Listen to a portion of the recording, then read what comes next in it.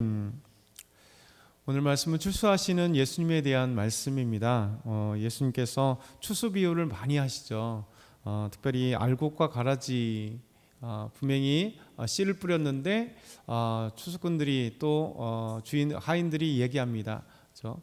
가봤더니 좋은 씨를 뿌리지 않았습니까? 그런데 가라지가 났습니다. 거둘까요? 아니다, 낫더라. 마지막 추수 때에 알곡과 가라지를 분류해서 알곡은 창고에 드리고 가라지는 불태워버릴 것이다 라고 말씀하십니다.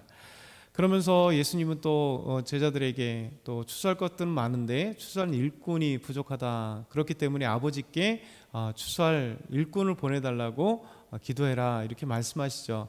그러면서 예수님께서 다시 오실 때의 얘기도 마찬가지입니다.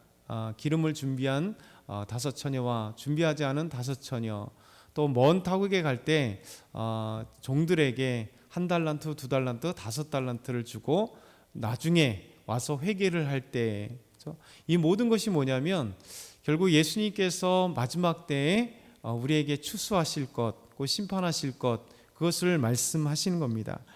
그래서 신실한 자녀들인 우리 알곡들은 정말 하나님의 창고, 천국에서 아름답게 우리가 주님을 찬양할 것이고, 우리가 양과 염소로 비유되는 양들은 하나님께서 따로 모아서 하나님의 영광의 자리에 참여하고, 염소들, 악한 자들은 따로 이렇게 세우는, 이것이 바로 다 주님께서 우리에게 추수를 얘기하시는, 오늘 말씀도 요한계시록 14장도 마찬가지입니다.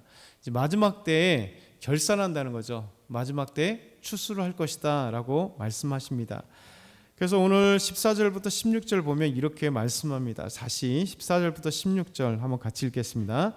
또 내가 보니 흰 구름이 있고 구름 위에 인자와 같은 이가 앉으셨는데 그 머리에는 금면류관이 있고 그 손에는 예리한 낫을 가졌더라. 또 다른 천사가 성전으로부터 나와 구름 위에 앉으신 이를 향하여 큰 음성으로 외쳐 이르되 당신의 낫을 휘둘러 거두소서. 땅의 곡식이 다 익어 거둘 때가 이르렀음이니이다 하니 구름 위에 앉으신 이가 낫을 땅에 휘두르매 땅의 곡식이 거두어지니라. 아멘. 요한이 보니 흰 구름 있고 구름 위에 인자 같은 이가 있었다 이렇게 말씀합니다. 예수님을 말씀하시는 거죠. 다니엘서 9장에 말씀하시듯이 구름 사이로 오시는 주님, 또 예수님께서 승천하실 때 천사들이 왜 갈릴리 사람들아 쳐다보느냐, 너희가 간 그대로 예수님께 구름 사이에 들어가신 것처럼 다시 그대로 오시리라. 그리고 데살로니가전서 말씀하신 것처럼 이제 천사장의 나팔 소리와 함께 구름 사이에 오실 주님. 그래서 이 말씀이 다 예수님에 관련된 말씀이에요. 다니엘서는 예언의 말씀, 그리고 사도행전은 이제 승천하신 그 모습 그대로, 그리고 다시 오실 주님. 데살로니가전서도 마찬가지로 이제 재림하실 주님. 오늘 말씀도 마지막 때 예수님께서 구름 사이에 앉으신 인자 같으신 이다. 그 예수님을 말씀하는 거죠. 그래서 요한이 보았을 때 구름 사이에 이 구름 위에 인자 같은 이가 머리에는 금면류관, 왕이신 예수님을 상징하는 거죠.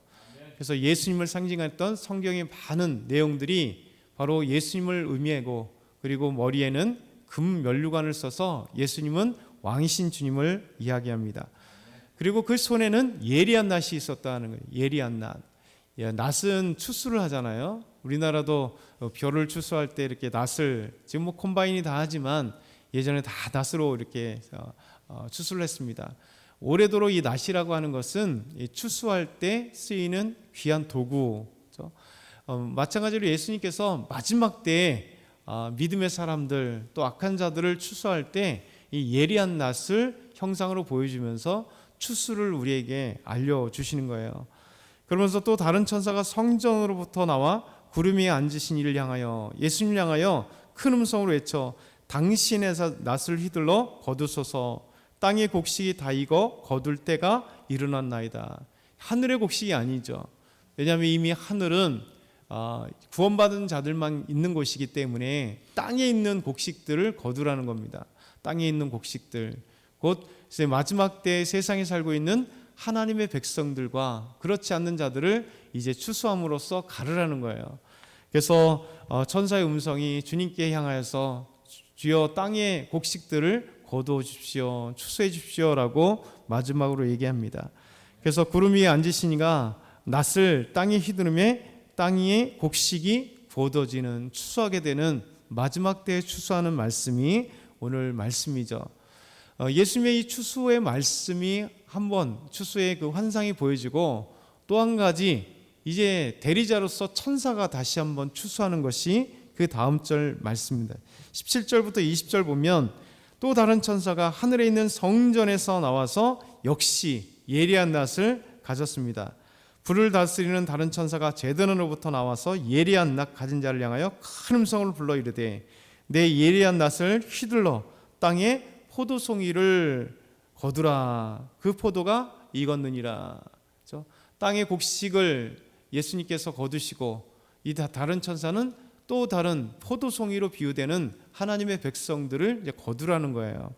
그러면서 이 포도주를 낫으로 휘둘러서, 그러니까 이스라엘은 당시에 낫의 종류가 두 가지가 있었습니다. 하나는 보통 우리가 밀이나 보리를 베는 그런 추수하는 이렇게 긴 낫이 있었고, 또한 이게 포도나 이런 것들을 따기 위한 이게 손잡이가 있고, 날이 쬐그만 것들, 긴 거는 따기가 어렵잖아요. 그래서 작은 걸로 톡톡톡톡 딸 수 있는 이 낫이 있었어요. 그러니까 추수할 때 땅의 곡식들은 우리 주님께서 큰 낫을 가지고, 그리고 작은 낫은 예리한 낫으로 이 천사가 포도송이를 동일하게 이제 추수하는 것으로 우리에게 비유하면서 나타납니다. 그러면서 포도는, 곡식은 그냥 거두어서 이제 알곡과 가라지를 나르고 창고에 들이면 되는 거고요, 추수하면 되는 거고, 포도는 그냥 포도로 끝나는 게 아닙니다. 왜냐하면 이스라엘에게는 이 포도라고 하는 것이 아주 중요한 양식이기 때문에 포도를 지금처럼 이게 풍부하지가 않아요. 이스라엘도 현재 이스라엘에도 뭐 헤브론이나 몇 군데 정도의 작은 밭에서만 수확되는데, 그래도 그 작은 것이 아주 귀하기 때문에 이것을 저장을 해야 돼요. 저장. 그래서 우리가 수장절 말씀을 드린 것처럼 수장절 때 포도를 따서 이제 포도로 그냥 먹는 경우도 있지만, 그때는 잠시뿐이니까 이것을 1년 동안 몇 년 동안 저장해서 정말 귀한 양식으로 먹을 수밖에 없는 너무나 귀한 포도주입니다. 이 포도주가 우리처럼 지금 뭐 술로 이렇게 먹는 정도 그런 개념이 아닙니다. 정말 부자 아니면 일반인들은 감히 포도주에 손을 댈 수 없을 정도로 귀한 것이기 때문에 이 포도를 이렇게 수확한다는 것은 엄청난 수확이에요. 그래서 어쨌든 포도를 수확하면 이제 포도주 이만한 틀이 있습니다. 이제 바닥을 파서, 석회석이기 때문에 바닥을 파서 거기서 이제 포도를 놓고 사람들이 들어가서 이겨서 이기면 그 포도주 틀에서 쭉 나와서 즙만 쭉 나오게 돼 있거든요. 그래서 이 말씀입니다. 이스라엘에서 당연히 이스라엘뿐만 아니라 유럽에 다 그렇게 돼 있죠. 그래서 포도주를 밟고 이 포도를 수확해서 즙을 짜서 그것이 나오는데, 놀랍게도 이 즙이 피가 되어서 말의 굴레, 이렇게 말을 쓰였던 이 제갈 말고 이렇게 굴레 거기까지 가는데, 그 길이가 얼마나 되느냐, 1600 스타디온이라고 얘기합니다. 한 스타디온이 약 185m 정도 돼요. 그러니까 296km라고 되는 이 정확한 거리보다도 그냥 현상적인 그 거리의 얘기를 하는 겁니다. 이만큼 되었다, 이렇게 얘기를 합니다. 오늘 말씀은 우리가 마지막 때 우리 예수님과 또 대리자인 천사가 이 세상에 심판하실 것, 마지막 추수할 것을 우리에게 곡식과 포도주로 비유되는 하나님의 백성들, 그렇죠? 하나님의 백성들을 추수할 때, 그래서 결국 우리가 계속해서 예수님께서 말씀하신 것처럼 알곡과 가라지, 쭉정이들을 가르시는, 양과 염소를 가르시는, 악한 자와 하나님 믿음의 사람들, 선한 자를 가르시는 이 심판이 반드시 있을 것이다, 이렇게 말씀하시는 거죠.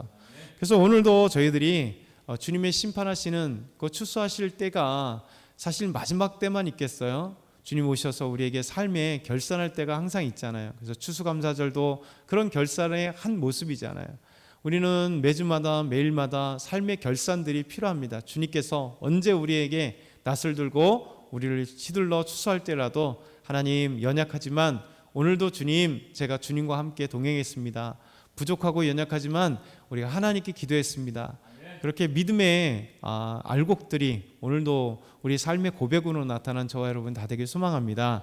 우리 한번 같이 오늘은 이번 주에 통성으로 한번 같이 기도할까요? 이번 주에 통성 기도할 것은 올플러스 워십 이번 주 콘서트가 있습니다. 하나님께서 우리 모든 새 가족들이 많이 올 수 있도록 우리 온 성도가 함께 참여할 수 있는 아름다운 총동원 주일 되길 원합니다. 위에서 뜨겁게 기도해 주시고 우리 고3 친구들 마지막 결과들 다 하나님께서 인도해 주시라고 우리 두 가지를 위해서 뜨겁게 주여 부르짖고 개인 기도하겠습니다.